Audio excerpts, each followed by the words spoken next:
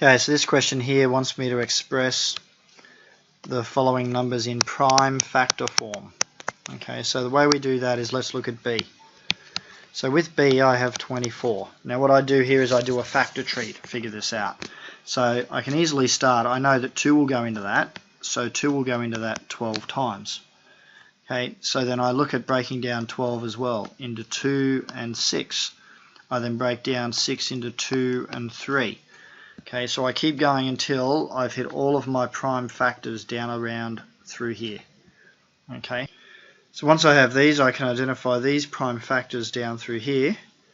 Okay, and so when I then look at, well, I know 24 is equal to, right, so I have these 2 by 2 by 2, right, so that's really what they're doing down here, so that's 2 to the power of 3 times this 3 that's on the end here, times 3.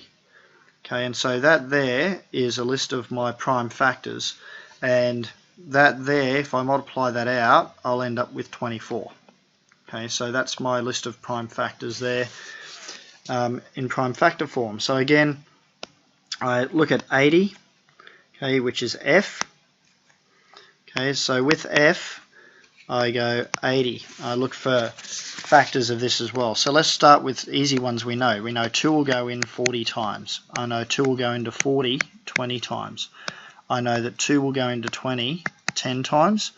I know that 2 will also go into 10 5 times.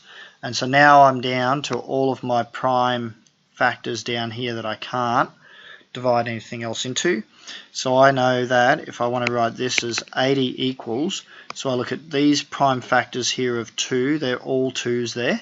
So I have 2 times 2 times 2 times 2, so that's 2 to the power of 4, and then I multiply it by this 5 on the end as well. Okay, so that there gives me my prime factors, okay, for this.